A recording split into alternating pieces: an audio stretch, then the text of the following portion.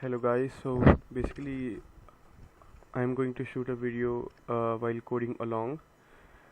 I'm trying to build an application which is a kind of forum kind of application, which is where user can log in or register and then post their questions, and then once you log in you see all the questions, and if you have an answer for it you can answer it, or if you have a comment for it, any kind of comment, then you can post on it.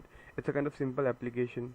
You can imagine it as a Stack Overflow's child version, and I'm going to use MEVN instead of MEAN, which means that I'm going to replace AngularJS in the main stack with Vue.js. So basically everything else will be same. I mean, I'll be having Mongodb, Express framework, and Node, and then along with the front-end Vue.js framework. So let's get started. So basically I have nothing created as of now. I have just a clean slate. I have created a folder called as MEVN. If you see my cursor on the left hand side, I'm using Sublime Text. You are free to use any code editors you wish. I found Sublime Text is very lightweight. It's really I like the color combinations in the Sublime Text.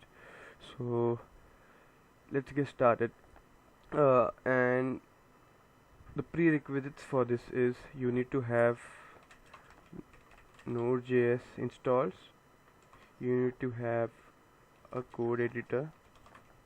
Obviously you can do it in Notepad as well, but still a code editor gives you syntax highlighting and IntelliSense, which is really helpful and saves time.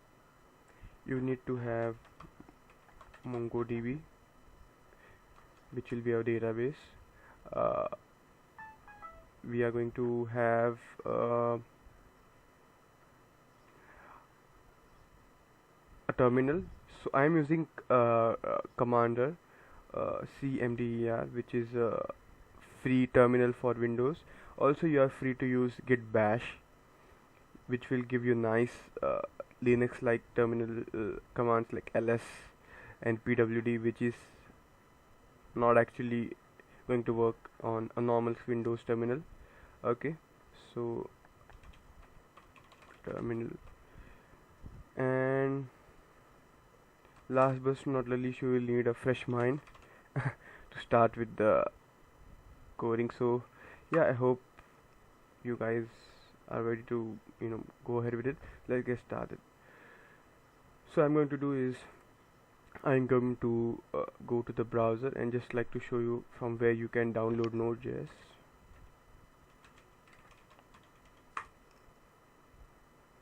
If you go to nodejs.org, you have two download buttons, 6.10.2, which is LTS version, so they have support for it, and the current version, which has some latest features, but there might be some of the plugins or features which are not yet tested and they don't have long-term support. But still you are free to use whatever you want. I mean, it's not going to impact much, what I can say. Then you will need Mongodb. So those who are not familiar with Mongodb, basically it's a kind of NoSQL database. What I mean by that is it's a kind of JSON oriented documented database.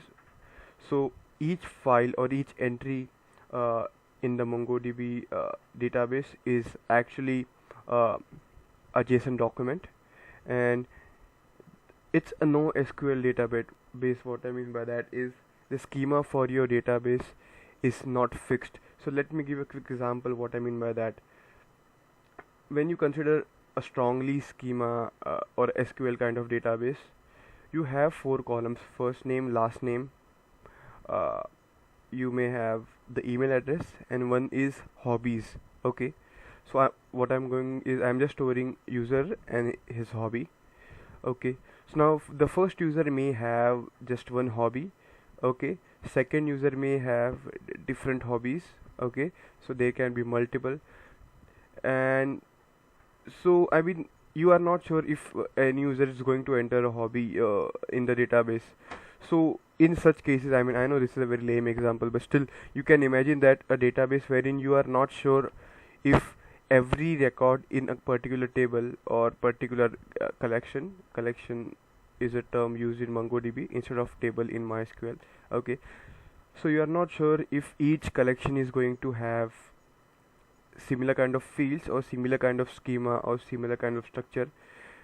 Then you have a problem. Like MySQL is very strongly schema database table, so you will have lot of empty columns. So every time you have a new field, you need to create a new column, and that's a tedious task, right? So what NoSQL does is it lets you have a free hand of each record may have whatever schema you want. Okay, so it's not strongly schema database. Okay, and obviously you will come to know what I'm going to talk going to I mean, I'm going to demonstrate this as the time goes along with the course. So you need to install MongoDB. So there is a nice green download button, so you can click on that, and then you can choose different OS. Now the browser is very smart enough to let you detect what OS you're using, so you can see Windows is automatically selected. Okay, and you can then download it, and it's a simple exe file you can install. Okay, and then you can download Sublime Text. Sublime Text new version is very nice and very lightweight. Okay, so you can download it from here, sublimetext.com, and you can download git bash if you want to use Linux like commands, or you can use commander for Windows. So it's cmder.net command emulator, and this will be a kind of terminal which you will get. Okay, so now let's get started. As I have said, I have a clean slate. I have just a blank folder which I have opened it in the new text editor. Now I am going to do is I am going to open the terminal in here. Okay, I am going to use dir. So there are no files, nothing in here. Let's to initialize our application or our project. So I can do that by npm init. So there are two ways. If you want to really save time, you can do -y, which will give you a bare minimum package.json file, but I would like to go with the actual setup, so I'm going to npm init, and it's going to ask me a few questions, and those questions are really intuitive. What is the name of your app? So I'm going to press enter because MEVN should be the name of my app or project. The version I'm going to say 0.0.1. Description MongoDB Express Vue.js Node.js application. Entry point index.js. So it's actually like if you are familiar with PHP or other framework, you have something like index.php, default.php, server.php, or some kind of file which is an entry point, using which then internally you call auto-loading files, and internally you have all the required and include statements, and your application is then framework is built in. So it's a similar kind of entry point. So you can press enter if you want to have index.js. Many people have habit of placing it app.js or server.js. I'm happy to keep it index.js. Test command, I don't have any, so press enter. Git repository, I'm currently not going to set it up. Keywords, author, feel free to write your name. License, okay, I'm okay with IC. So is this okay? Definitely yes. Now if I do dir, you can see a package.json file is created in here. Let's dive back to our core editor, open this file. So basically it has all the information which we had entered. Okay, and then we are ready to go with the dependencies of the application.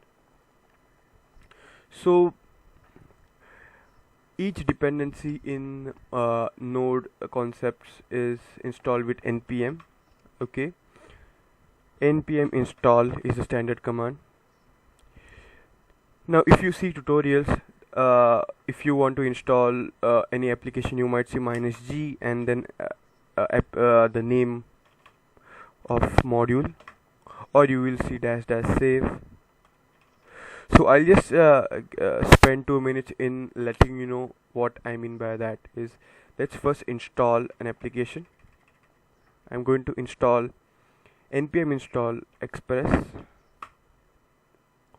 which is a framework for Node.js, which is going to give you nice routes and HTTP protocols, so you can access your Node.js server from the terminal, not exactly terminal, from the browser. Okay, so now it has all the files or all the internal dependencies which it has downloaded. So now let's go back and see in our application what has happened. Okay, we have a new directory which is node modules. Inside it we have different modules. So there are 3 types of modules in Node.js: core modules,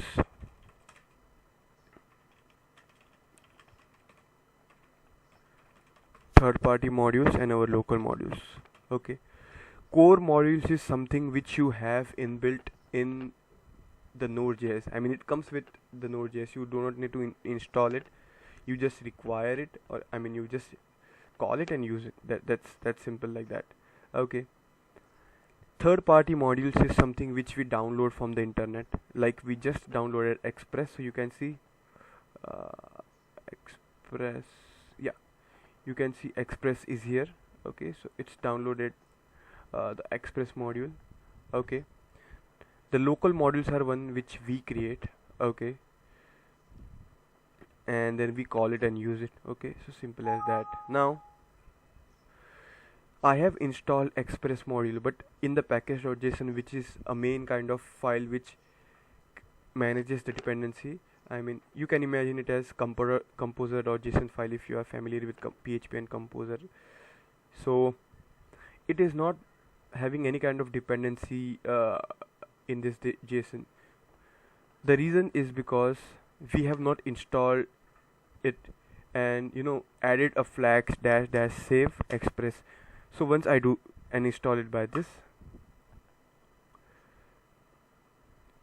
obviously it's not going to re-download the file. It has it in the cache, so it just make sure that it adds something, and you can see express is mentioned in here as dependencies. So --save flag is used basically to add the dependencies in here. Okay, now you can use -g. So -g stands for global module. So the modules which you do not want to keep it as project specific, but you want it to be accessible from anywhere in your file system, so you can install those modules using -g. And obviously it's going to create a node modules directory like we did for our local project. It's going to create a node module directory somewhere in the bin of your application, and then it's going to call those modules from there rather than calling it from your local node modules directory. Okay, now I'm not going to install -g because I want to keep it local for now. The next module we are going to need is npm install --save body parser. Now why this module is used? So whenever you are going to post a request, okay, the Node.js server is going to get those parameters of the post. So body parser is a great extension. It passes the body of the request and it gives you a nice method to access those posted parameters. Okay, so now we have these 2 modules ready. So I guess we are good to go. We just start with the Express setup, and obviously whatever modules we are going to need, we are going to install it as and when required. So now I am going to create a new file, index.js.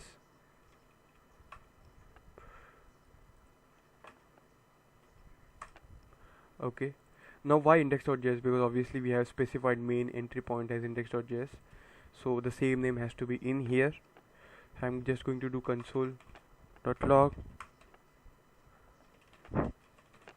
hello world.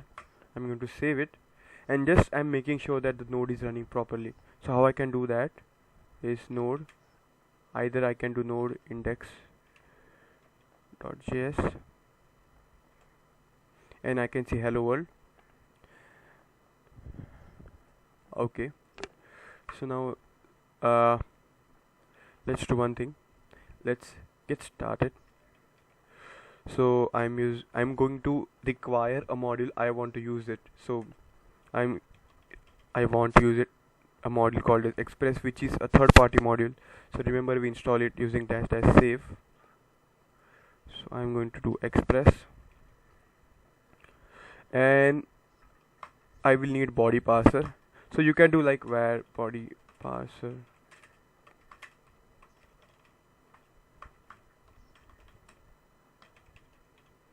Okay, by the way, if you want to know how this module is called, then you can definitely go in the node module directory and you can just see, you will have body parser in here, see body hyphen parser. So it's exactly the same. Now you can do like where, you can use const, okay, you can use let, but what I have habit of is I just want to keep all the declarations separated by comma, so I know that all the declarations are on the top. So now Express, it basically returns a function which we call to initialize our app. So I'm going to say app is equal to Express. Okay, so now when it's returning a function, the function is stored, assigned to this variable Express, so we are just calling it Express and we have our app initialized.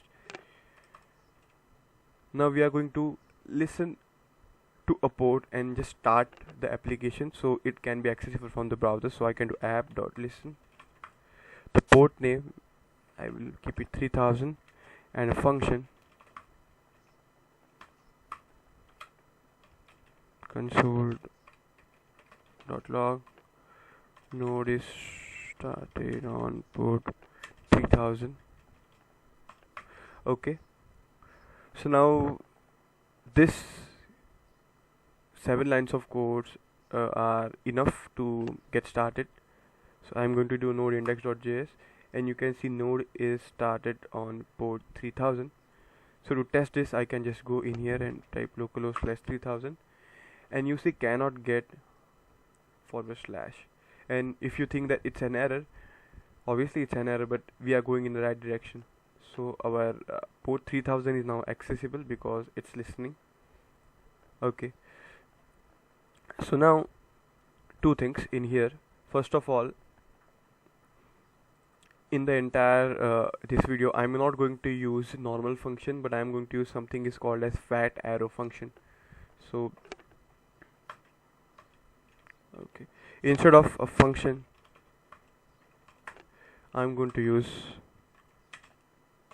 fat arrow function. The difference is that it's less code, and I like it this way. Okay, now if you have one parameter, you can say pass it in here.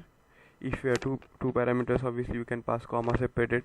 Also the syntax is like, if you have just one parameter, you can just just something like this, you can just eliminate entirely and just be like this. But if you have multiple parameters, then you obviously need to pass curly braces. Okay, now also if you have something like a comma b, and if you are returning a plus b, you can obviously do the same.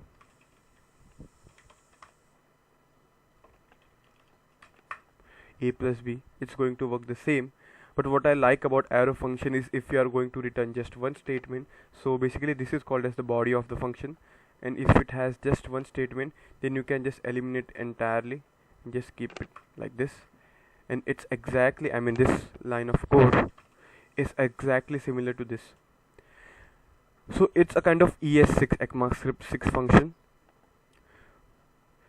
but if you are going to use this in any other application which directly renders into the browser, definitely all the browsers are not compatible with ECMAScript 6 for now, so you need to use Webpack, a Babel or something like that, so that the ECMAScript 6 version is actually converted into ES5, and then the browser is able to recognize it. So now one question will come to your mind, that is Node.js is entirely a JavaScript?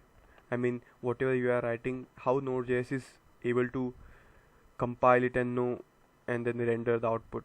So basically Node.js is built on C++. So it's based on a V8 engine, which is also C++ engine, and also it's based on libuv library, I guess, which is also C++ library. So Node.js is not entirely inside built on JavaScript, but it knows how to it understands JavaScript, and then it is able to give you the output. Okay, so I hope I am clear with that. So now let me just replace this with arrow function. Okay, and as I said, if the body has only one statement, then we can just skip this. Okay, and let's just see if I'm getting the same output. So I'm going to close this. So remember, if you do any changes in your node file, the server file, you need to close and restart the Node.js server, and still the same output on the browser, still the same output. Okay, so it's working. Now one of the main pain for a developer is every time you save even a small line of code, you need to go back to terminal and close the script and then restart, and I personally will never like to do this because it's going to waste a lot of time for me. So there are many extensions to make sure that whenever you save file, the auto reload is out of the box present in there. So let's install a module which does this for us. So it's called as nodemon. So I'm going to npm install. Now I want to use nodemon for all my modules on my desktop, I mean on this PC, so I'm going to use global flag. So you have a idea when you can use -g npm install -g nodemon. It's going to install it. Now once it's done, if you remember what we just discussed is the global modules are stored inside our file system in some bin or some kind of other directories, and then whenever we need this module, Node.js make sure it's referring from there, or it's trying to search it from there. Okay, so now this will take time depending on the internet connection. Okay, now I have it installed, but let's see if I have it in here. MNOP. So you can see it's not present in here, right? So basically it's actually stored in a node modules in the global directory. Okay, so now what we can do is just to nodemon. Okay, you can also pass index.js. There are different parameters. You can pass the host, you can pass the port, but node is actually very smart. Nodemon is very smart to interpret all this using package.json and entirely. So I'm just going to do nodemon, and yes, I got the same output. And let's just go back, refresh. So it's working. So now let's get started, and what we're going to do is we are just going to create one route.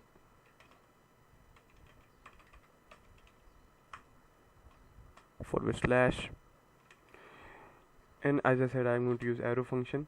So it takes two arguments, request and response. Sorry.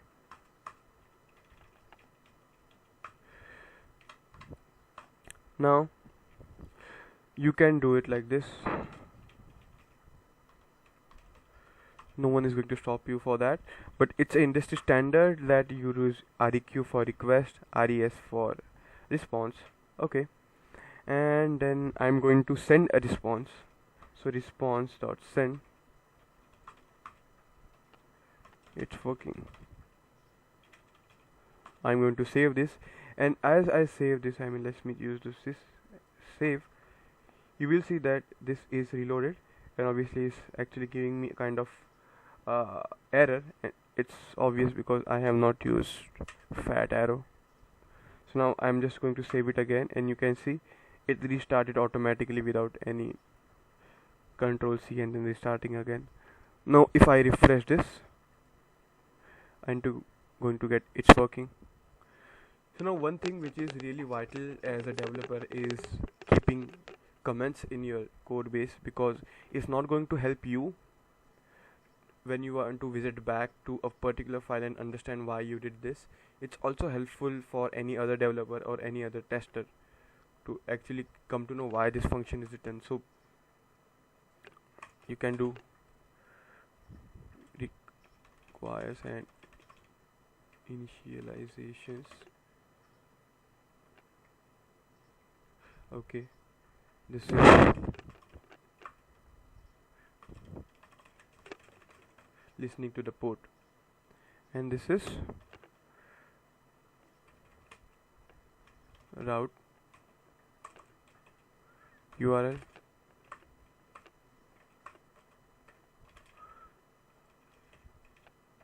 So it becomes really handy if you have many routes, so you can just make sure that this is the URL of this route mentioned. Okay, now the next thing I like to do, and I'll suggest you guys also do the same, is structure your app in such a way that your files, like your information like your DB connection, your secret for passing your hash or encrypting things, is stored in one config file, also this port. Okay, so straight away I'm going to create a directory which is called as config,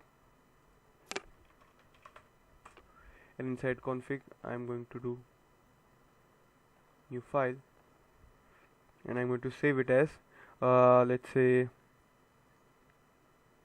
index.js. Okay, now in this file I'm going to create a kind of simple JSON object. Let's say let config is equal to a JSON object. I'm going to use port 3000, and I guess we'll just start with port, and then we'll just see whenever we require to access a global config, we'll just add it in the config file. Okay, now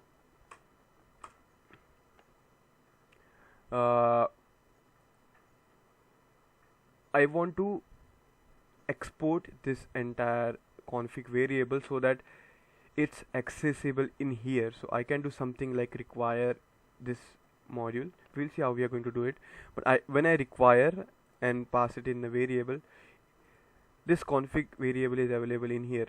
So how we can do that? So Node.js actually has a inbuilt module called as modules. Okay, if you want to anytime see the core node module, so you can do Node.js API docs, and you will see all the core node modules in here. Okay, and it contains a module called as modules, and this is responsible for making sure that you are able to export things and then import it in the variable. Now let's just go down here and use that. Module.exports is equal to config. So now you can do like this, or simply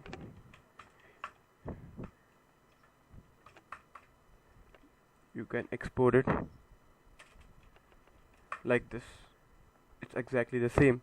Obviously you can export many things you want. You can export JSON object, you can export function, you can export a kind of factory pattern which has different functions, so you can instantiate a new object of that factory method and then you pass to module export. You can do a lot of things in this.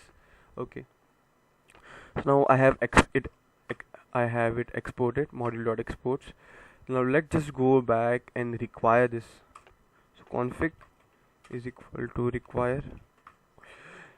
Now we have used two modules so far. One is the core module. I mean, we have not yet used it, but let's require it for now. So path, which is a core node module, you can also see it in here. Path, okay, down in here in yellow. Okay, so path is equal to require path. Config is equal to config/index. You can do it index.js, or you can just eliminate this entirely. Okay, now how Node is able to find that this is a third party module, this is a core module, and this is a local module. Okay, so there are different hierarchy how Node searches for a module. So I mean, I'm not sure about the exact order, but I guess it searches for the core module first, and then it searches for the npm modules directory, and it searches if it's present in there, which is a third party module. Then it checks if it in your global config, if you have installed it in -g, and it checks then if it's a local module in a directory, and such like that. Node is very smart enough to understand. But one thing which you need to keep standard, that if it's a local variable, then you should not call it directly like this. You always need to have directory path. Now it depends upon you how you want to have that path. You can have a relative path, which is // means it's in the current directory, so config file is in the current directory of where index.js is present. So it's a relative path. If you want to go back, you can do // so it will go back to MEVN, which ideally we do not want. Okay, also you can pass absolute path, so starting from your doc root, I mean your server root, to this, but I will never suggest you to do that because it's not scalable. So anytime you change your folder directory, you need to go to all the files and change the absolute path, which doesn't make sense. Now we have this config JSON object exactly exported and then imported in here. Now we are going to use that, so you can simply say config.port. Okay, and let's just see if it works. It started working, so I saved it, and let's just go back and refresh. It's working. So now one thing I can do is, Node is very smart to understand that it's index.js. So I can just eliminate this and save again, and it started, and just refresh again, it's working. Okay, so you can eliminate index.js altogether. Okay, another thing which I just want to make sure that I will be working a lot in this entire course, so is string interpolation. Okay, so what I mean by that is, now I want to pass this port. I want to say something like Node is started on port 3000 successfully, and I want to pass this 3000 dynamically. Okay, so I can do one thing is, like, I can use string concatenation operator, which is plus, and then I can just pass config.port, and then make sure we have no errors, and start, and it started. But there is something which is called as string interpolation, which is introduced in ECMAScript 6. What you can do is, you can use this operator. I guess I'm not sure what it's called, but it's right below your escape button. And now you can just eliminate this. Okay, now you need to interpolate a variable, so you can just do $ curly braces and then close curly braces, and you are done. You are done. Now I'm saving this, and you can see node is started on port 3000. Also, you can do many things in this, like port plus 20. Let's see, 1000 port 320. Okay, obviously it's not going to refresh because the port is still 3000 here, but just trying to emphasize we can do a lot of things in interpolation. Alright, so now we have the basic setup. We have Express, we have a node server working, we have a config file, and we have a route which is successfully working. So now we will dive into the second video because I think it's a long video for this. So we will dive into the next video and make sure that we work on the registration, connection to the MongoDB, and so forth. So stay tuned. Thank you.